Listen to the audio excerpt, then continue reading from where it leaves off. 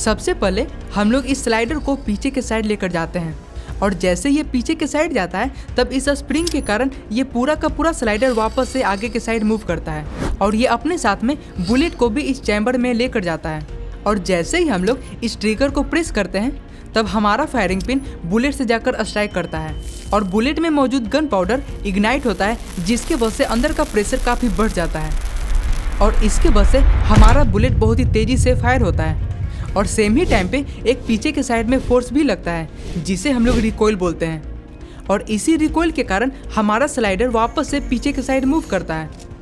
और इस बार ये अपने साथ में बुलेट के कवर को भी पीछे के साइड लेकर जाता है और फिर इस पिन की हेल्प से ये कवर बाहर के साइड निकल जाता है और फिर वापस से ये अपने साथ में नए बुलेट को अंदर लेकर जाता है। तो ये तो इसका ओवरव्यू हो गया। अब हम लोग इसके हर एक पार्ट को डिटेल में समझते हैं। जैसे ही हम लोग ट्रिगर को प्रेस करते हैं हमारा ट्रिगर बार पीछे के साइड मूव करता है और सेम ही टाइम पे ये नीचे के साइड में भी मूव करता है क्योंकि यहाँ पर कनेक्टर लगा होता है जो कि इसके डायरेक्शन को नीचे के साइड पुश करता है और इसके नीचे आने की वजह से हमारा स्ट्राइकर मैकेनिज्म फ्री हो जाता है जिसके साथ में हमारा फायरिंग पिन भी अटैच होता है और ये इस स्प्रिंग के कारण वापस से जाकर बुलेट में हिट करता है और फिर हमारा बुलेट फायर होता है।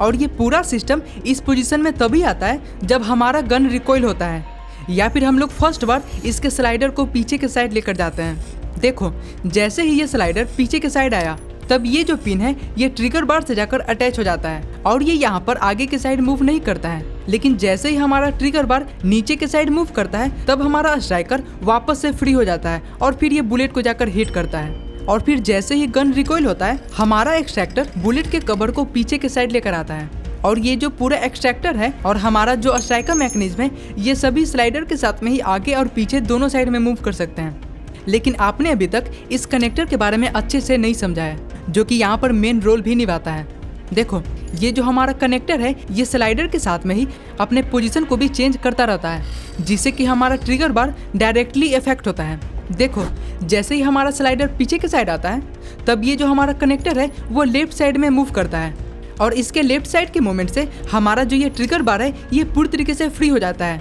और ये वापस से अपने पोजीशन पर जा पाता है, जिसकी वजह से हमारा जो ये लॉक है ये वापस से अपने पोजीशन पर जाता है जो कि फिर हमारे फायरिंग पिन को स्ट्राइक करने से रोकता है। हालांकि मैंने अभी इस लॉक के बारे में तो नहीं बताया लेकिन अभी आप समझ लो। देखो ये जो हमारा लॉक है ना ये एक तरीके से सेफ्टी लॉक होता है और जैसे ही हम लोग ट्रिगर को प्रेस करते हैं तब ये जो हमारा लॉक है ये ऊपर के साइड में मूव करता है और ऊपर के साइड के मूवमेंट से क्या होगा कि हमारा जो ये फायरिंग पिन है ये अब आगे के साइड में मूव कर पाएगा, वरना ये मूव नहीं कर पाएगा क्योंकि यहाँ पर इसका जो पाथ है ये पूरी तरीके से ब्लॉक हो रखा होता है और जैसे ये ऊपर की साइड मूव किया ये फ्री हो जाता है और फिर जाकर ये बुलेट से हिट कर सकता है, वरना ये नहीं करेगा। और सेम इसी तरीके से हमारा एक और सेफ्टी मैकेनिज्म होता है हमारे ट्रिगर के पास में ही। सबसे पहले हम लोग को इसे अनलॉक करना होता है। सिंपली हम लोग इसे प्रेस करेंगे तब ये अनलॉक हो जाता है और फिर हम लोग इसे प्रेस कर पाते हैं, वरना हम लोग इसे प्रेस ही नहीं कर पाएंगे तो बुलेट तो क्या ही फायर होगा। तो आई होप आपको ये समझ में आ गया होगा। तो ऐसे और वीडियो के लिए आप हमारे चैनल को सब्सक्राइब भी कर सकते हो और वीडियो अच्छा लगा तो एक लाइक एंड कमेंट भी तो कर ही सकते हो।